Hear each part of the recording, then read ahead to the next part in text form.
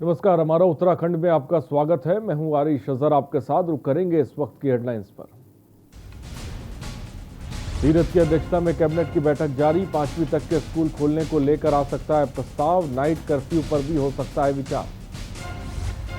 आज 57 वर्ष के हो गए उत्तराखंड के मुख्यमंत्री तीरथ सिंह रावत। जन्मदिन पर श्री सदानंद बाल वनिता आश्रम में किया गया यज्ञ का आयोजन। लोगों ने दी बधाई। देवस्थानम बोर्ड में शामिल 51 मंदिर मुक्त होंगे। सीएम तीरथ ने किया ऐलान। गंगोत्री यमुनोत्री के पुजारी ने किया था विरोध। उत्तराखंड में कोरोना की जंग को लग सकता है ब्रेक। राज्य में वैक्सीन खत्म होने के कगार पर 1-2 दिन के लिए ही बची हुई है वैक्सीन। बेरीनाग में कमरे में मिला पति पत्नी और बेटी का शव। गांव में हड़कंप। पुलिस मामले की कर रही है जांच।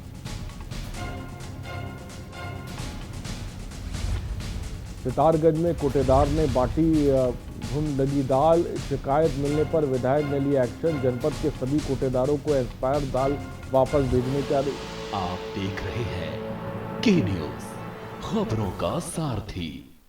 देहरादून से खबर है। उत्तराखंड कैबिनेट की बैठक जारी है। सीएम तीरथ की अध्यक्षता में इस वक्त अहम बैठक चल रही है। बैठक में मंत्री सुबोध उनियाल, बंशीधर भगत मौजूद हैं। खबर इस वक्त आपको बता रहे हैं देहरादून में कैबिनेट की बैठक जारी है। कोविड-19 की रणनीति पर चर्चा की जा रही है।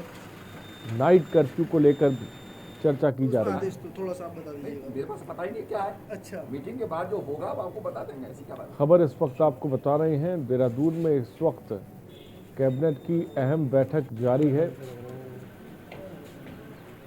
और कोविड-19 के को लेकर ये कैबिनेट की बैठक चल रही है। तमाम राज्यों में जिस तरह से नाइट कर्फ्यू और सैटरडे संडे लॉकडाउन लग रहा है, हो सकता है इस तरह का फैसला लिया जा सकता है। ऐसी उम्मीदें की जा रही है क्योंकि उत्तराखंड में भी कोरोना संक्रमण के मामले लगातार बढ़ रहे हैं। सीएम रावत की अध्यक्षता में कैबिनेट की बैठक बुलाई गई।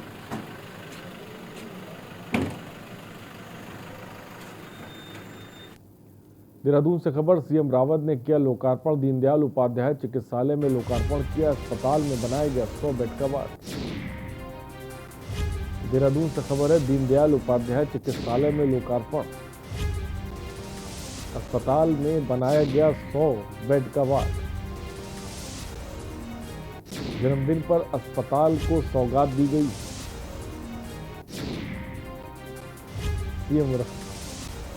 सीएम रावत ने लोकार्पण किया। देहरादून से खबर इस वक्त आपको बता रहे हैं।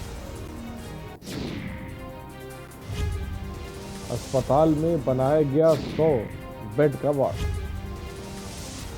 जन्मदिन पर अस्पताल को सौगात दी गई है। सीएम रावत ने अस्पताल का लोकार्पण किया है।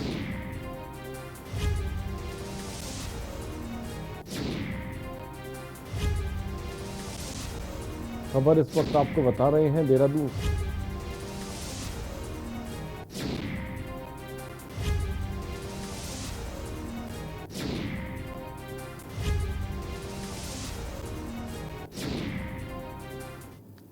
और उत्तराखंड के मुख्यमंत्री तीरथ सिंह रावत आज 57 साल के हो गए हैं। उनके जन्मदिन पर श्री सदानंद बाल वनिता आश्रम में यज्ञ का आयोजन किया गया। उन्होंने आश्रम में बच्चों के साथ केक काटकर जन्मदिन मनाया। इस दौरान बच्चों ने सीएम को जन्मदिन की बधाइयां भी दी। इस अवसर पर उन्होंने बच्चों को मिष्ठान और फल भी बांटे।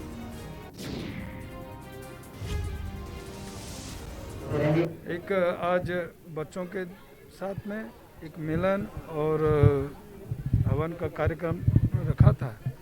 मेरे मन में था कि आज ऐसे बच्चों के प्रति और जो अनाथ इस प्रकार का जिस आश्रम ने पूरी तरह उनका शिक्षा दीक्षा और योग्य बनाने का एक जिम्मा लिया, बहुत वर्षों से कर रहे हैं, तो मैंने उचित समझा कि आज जन्मदिन उनके साथ में शरीक करूं और मुझे बड़ी खुशी हुई है।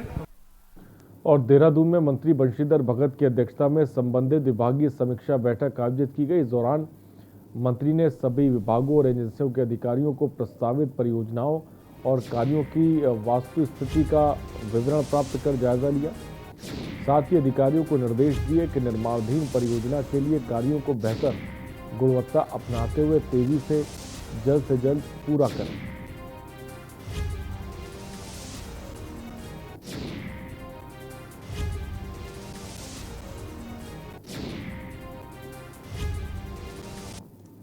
खबर डोईवाला से, जहां शराब के विरोध में आंदोलनकारियों ने देहरादून में पूर्व सीएम त्रिवेंद्र सिंह रावत से मुलाकात की और शराब की दुकानों को न खोले जाने की मांग की। इसके बाद प्रशासन को दिशा निर्देश दिए गए। रानी पोखरी की शराब की दुकान को रानी पोखरी में ही खोला जाए। डोईवाला के नायब तहसीलदार ने आंदोलनकारियों को आश्वासन दिया कि शराब की दुकान विस्थापित क्षेत्र में नहीं खुलेगी। तो वहीं ऋषिकेश के आबकारी निरीक्षक भरत सिंह ने भी आंदोलनकारियों को बताया कि शराब की दुकान शिफ्ट करने का कोई विचार फिलहाल नहीं है। अभी आदेश हुआ डीएम साहब की तरफ से कि ये जो ठेका या हमारा डेलीगेट गए थे, 5 आदमी गए थे, दिनेश सजवाड़ जी, बादल, मैं और राजा, 4-5 लड़के गए थे हम लोग। मनीष सजवाड़ जी यहाँ संभाल रहे थे, गोपाल सजवाड़ जी जो हमारे कोऑर्डिनेटर है टीम के, तो उन्होंने हमें बोला है, हमारे सामने आबकारी सचिव को फ़ोन किया उन्होंने निरीक्षक को कि भाई ये ठेका यहाँ पे निरस्त कर दो। तो ये ठेका यहाँ का निरस्त हो चुका है, ये रानी पोखरी में जाएगा और ये हमारे इस आंदोलन की बहुत बड़ी जीत है। महिलाओं को धन्यवाद। और महिलाएं हमारे तीनों सभासद, विशेष प्रयास राजेश भट्ट जी जो यहाँ के वर्तमान सभासद है, उनका भी काफ़ी योगदान रहा। रुकते हैं ब्रेक के लिए, जल्द हाजिर होंगे।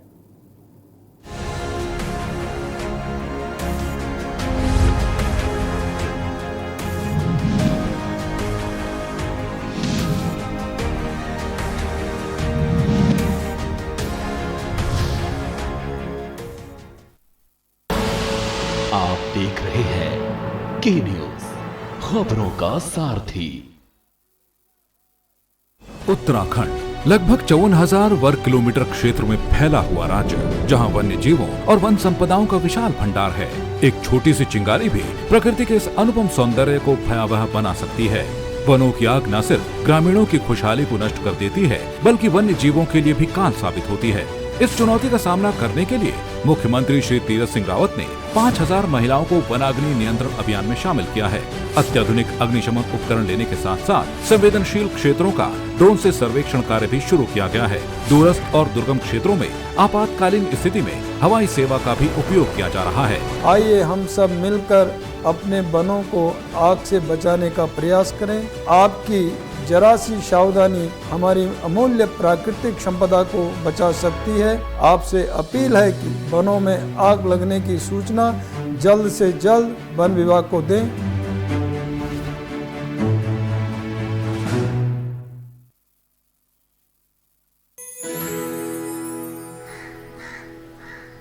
अब हारने के लिए तैयार हो जा चुटकी। ये देख क्वीन मेरी। भाभी देखो ना भैया। अरे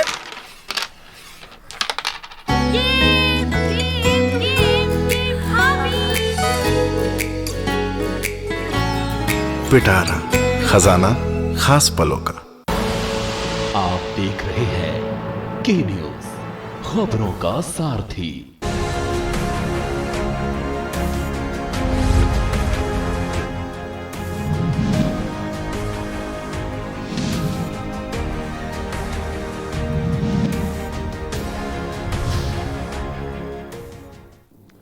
ब्रेक के बाद आपका स्वागत है। खबर सितारगंज से, जहां नगर पालिका में बीते 2 दिन पहले हुए अपर अभियंता और पंजीकृत ठेकेदार के बीच मारपीट में धारदार हथियार से ठेकेदार के सिर पर हमले का मामला अब तूल पकड़ता जा रहा है। आम आदमी पार्टी के पूर्व जिलाध्यक्ष भूषण दत्त जोशी के नेतृत्व में कार्यकर्ताओं ने उपजिलाधिकारी के माध्यम से जिलाधिकारी को ज्ञापन भेजकर ठेकेदार इरशाद अहमद को घायल करने वाले अपर अभियंता रविंद्र सिंह के खिलाफ कड़ी कार्रवाई की मांग की है।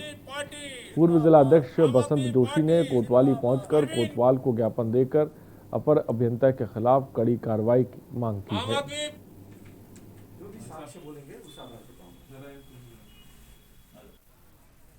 आम आदमी पार्टी जिंदाबाद। नगर के एक सम्मानित हमारे साथी हैं इरशाद अहमद पटौदी जी, सम्मानित जनप्रतिनिधि हैं व ठेकेदार भी हैं। इनके खिलाफ एक झूठा मुकदमा जो है नगर पालिका के अवर अभियंता द्वारा दर्ज कराया गया है। आज हम लोगों ने इसी संबंध में कोतवाली में भी ज्ञापन दिया है और इसी संबंध में आज हमने जिलाधिकारी महोदय को एक ज्ञापन भेजा है। सम्मानित साथी जो इरशाद पटौदी जी हैं, बहुत ही ईमानदार आदमी हैं और उनके साथ जिस तरीके से मारपीट हुआ है ये बिल्कुल न्याय संगत तो नहीं है। और लोग मीमांसा चाहते हैं, लेकिन इस तरीके से पॉलिसी कर की मीमांसा नहीं है कि क्रॉस केस कर देंगे तो अपना मीमांसा हो जाएगा। ये कौन सा तरीका है? अगला आदमी के सिर में चोट लगा है, टका लगा है 5-6, एक तरीके से 302 के क्या नाम है मुकदमा बनता है।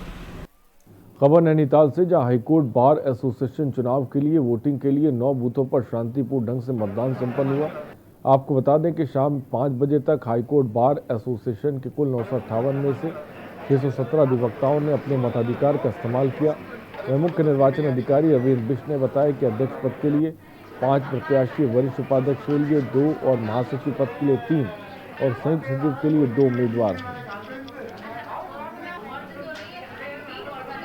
हाईकोर्ट बार एसोसिएशन का चुनाव आज बड़ी शालीनता से और शांतिपूर्ण ढंग से संपन्न हो गया है। चुनाव में कुल 958 मतदाता थे, जिनमें से 617 अधिवक्ताओं ने अपने मताधिकार का प्रयोग किया।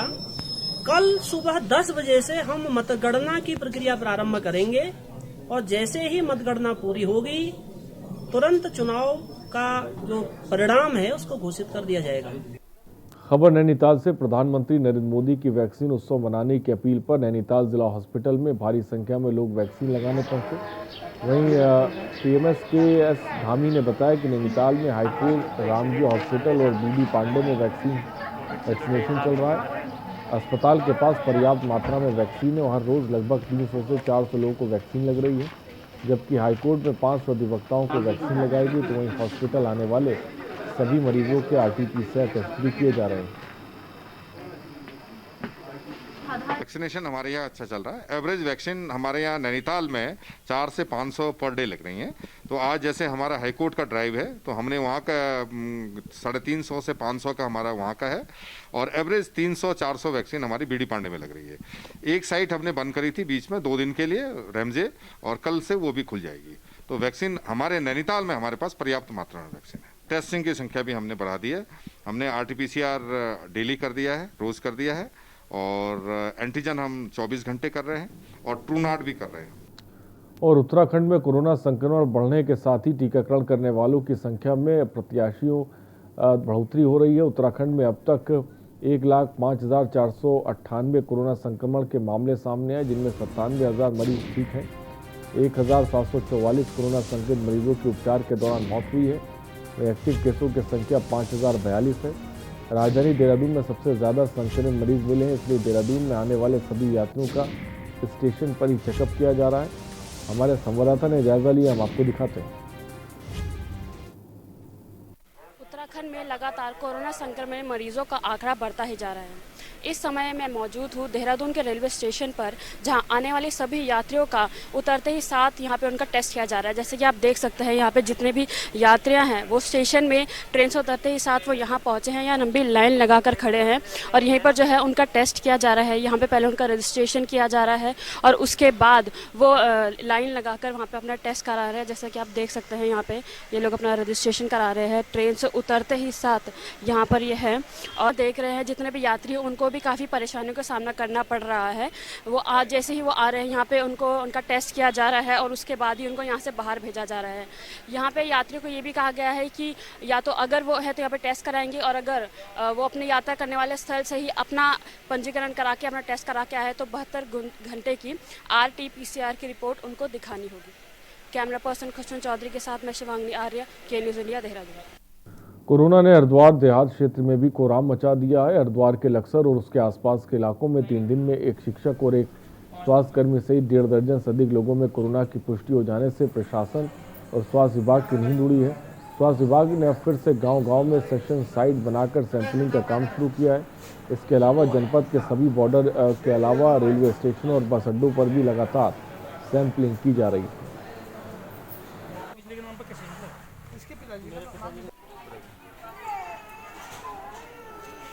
जो भी हमारे अस्पताल में कोई सिम्टोमेटिक आ रहा फीवर, उसका जांच की जा रही प्रत्येक आदमी की।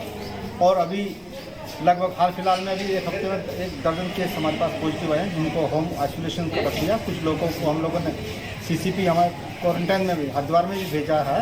तो सभी लोगों को ये बोल रहे सोशल डिस्टेंसिंग और मास्क का पालन करें, मास्क लगाएं। लेकिन मास्क लगाने में लोग बहुत हिचकिचा रहे, कह रहे कि कहाँ है कोरोना, कहाँ है कोरोना।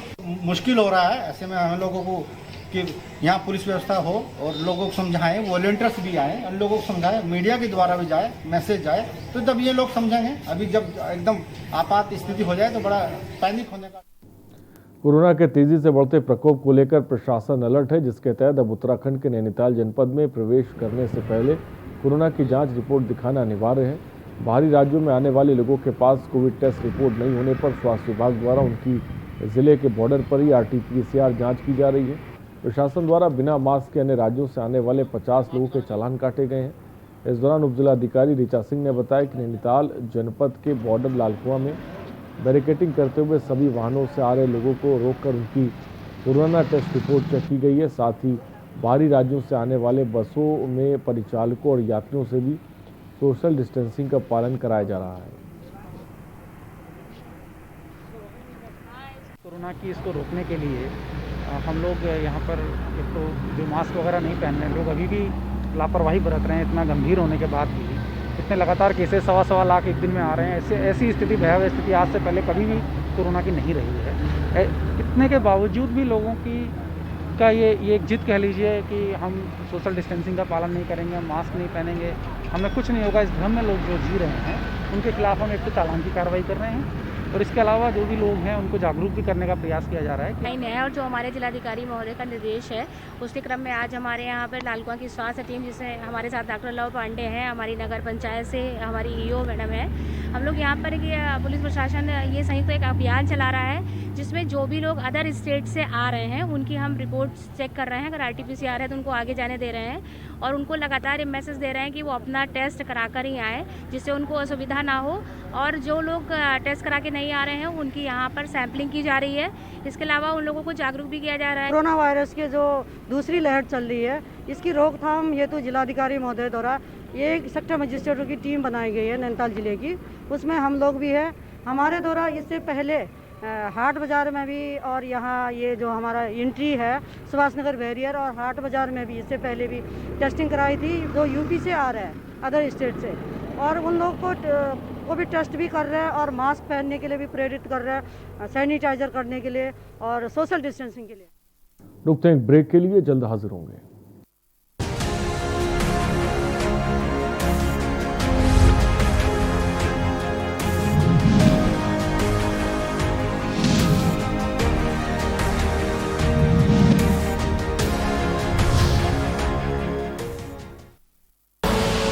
आप देख रहे हैं के न्यूज, खबरों का सारथी। कोरोना वायरस का खतरा अभी टला नहीं है। आइए मेरे साथ आप संकल्प लें कि हम कोरोना से सावधान रहेंगे और अपने साथियों को भी इससे सावधान रखेंगे। आप भी इस घातक विषाणु को रोकने संबंधी सभी आवश्यक सावधानियां बरतने का वचन दीजिए। वचन दीजिए कि सदैव मास्क पहनेंगे और दूसरों से कम 2 गज की दूरी बनाए रखेंगे और हाथों को साबुन और पानी से धोएंगे। वचन दीजिए कोविड-19 के लक्षण महसूस होने पर मैं तत्काल चिकित्सा सलाह लूंगा। कोविड-19 से जुड़े आचार व्यवहार का पालन करेंगे और दूसरों को भी ऐसा करने के लिए प्रोत्साहित करेंगे। विश्व का सबसे बड़ा वैक्सीनेशन अभियान हमारे देश में चल रहा है। ये वैक्सीन पूरी तरह सुरक्षित है। बारी आने पर इस वैक्सीन को आप जरूर लगाएं। टीका लगाने के बाद भी मास्क लगाना व 2 गज की दूरी रखना आवश्यक है। हम सब एक साथ मिलकर कोविड-19 के खिलाफ इस लड़ाई को जीतेंगे। दवाई भी कड़ाई भी।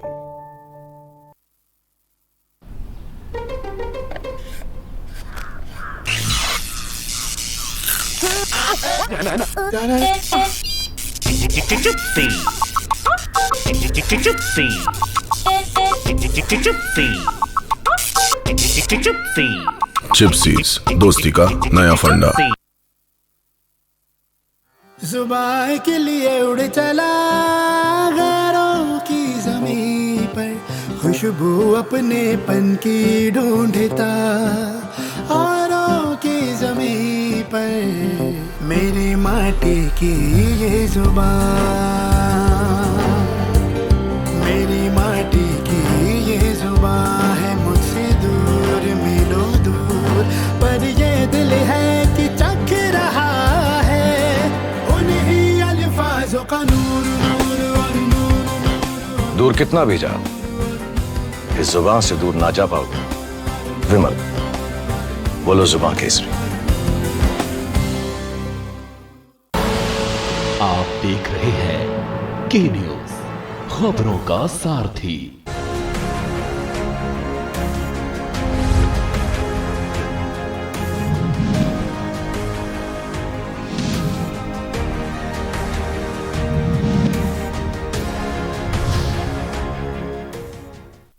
ब्रेक के बाद आपका स्वागत है। खबर बेरीनाग के चचरेत गांव से जहां एक ही परिवार के पति पत्नी और बेटी की आत्महत्या से हड़कंप मच गया। घटना की जानकारी मिलते ही एसडीएम अभय प्रताप सिंह के नेतृत्व राजस्व घटनास्थल पर पहुंचकर 3 शवों को कब्जे में लेकर पोस्टमार्टम के लिए भेजा है।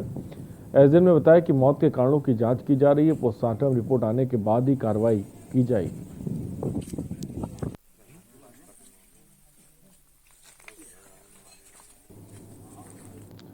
खबर सितारगंज से, जहां सरकारी सस्ता गल्ले की दुकान में एक्सपायर तिथि की दाल वितरण करने का मामला सामने आया है। मौके पर पहुंचे सभासद रवि रस्तोगी ने उपभोक्ताओं को दाल कोटे धारक पर वापस कार्रवाई और उचित अधिकारियों के अलावा क्षेत्रीय विधायक सौरभ बहुगुणा से शिकायत की। वहीं एसएमआई ने समस्त कोटेदारों से एक्सपायरी तिथि की दाल को दोबारा गोदाम में वापस भरने के निर्देश दिए हैं।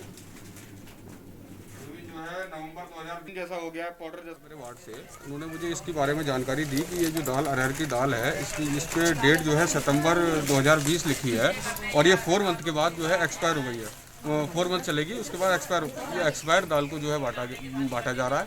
और लगातार एक थोड़ी सी परेशानी और भी आ रही थी लोगों को कि ये दाल जो है राशन से ज़्यादा महंगी है, तो कहीं ना कहीं इन लोगों को इसकी परेशानी का भी सामना करना पड़ रहा है। जो लोग बेचारे गरीब लोग हैं वो राशन नहीं ले पा रहे हैं, दाल को कैसे खरीदेंगे। दूसरा, ये अधिकारियों की गलती है। जिस भी अधिकारी ने इनको ये दाल बांटने के लिए दी है कोटा धारक पे, उस अधिकारी पे कड़ी से कड़ी कार्रवाई होनी चाहिए, क्योंकि ये जनता के साथ सीधे सीधे जो है सेहत के साथ खिलवाड़ कर रहे हैं। खबर उत्तरकाशी से, जहां नगर पालिका करीबन 3 दशक पहले बनी सड़क अब तक पक्की न बनने से बड़कोट, बनाल, ठकराल के करीबन 45 गांव की लाइफलाइन बेहद जोखिम भरी है। जबकि सड़क सुरक्षात्मक और सुधारीकरण के नाम पर लाखों रुपए का बजट खर्च किया जा रहा है, लेकिन सड़क के हालात ये है कि धूप के समय धूल और बारिश के समय कीचड़ भरा सफर करने के साथ ही नगर पालिका क्षेत्र के वार्ड नंबर 6 और 7 के लोग मजबूर हैं।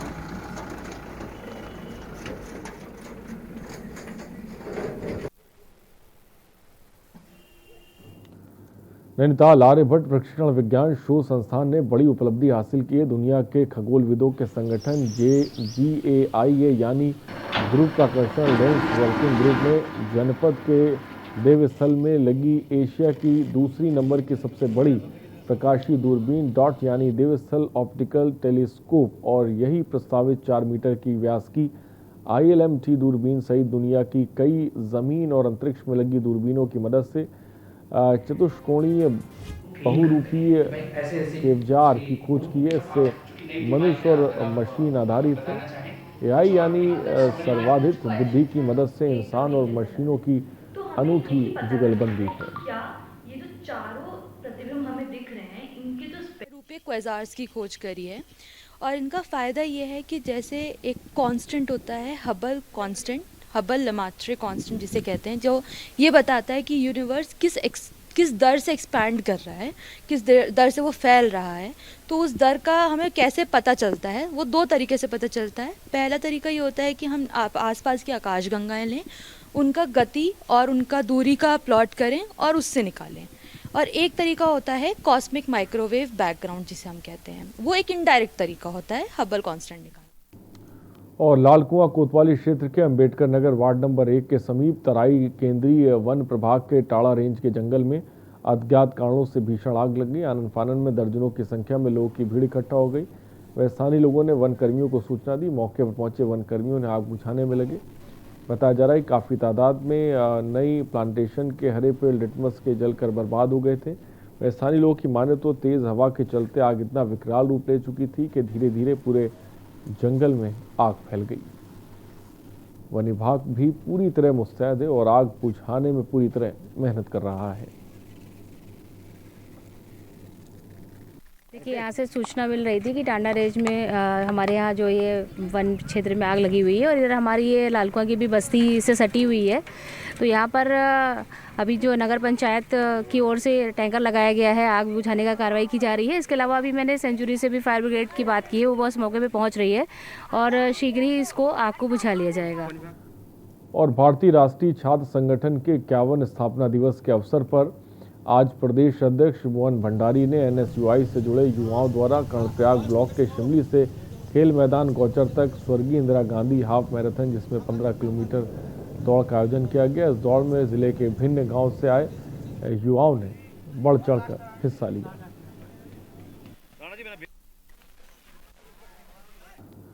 खबरों में इतना ही, बने रहिए हमारे साथ। नमस्कार।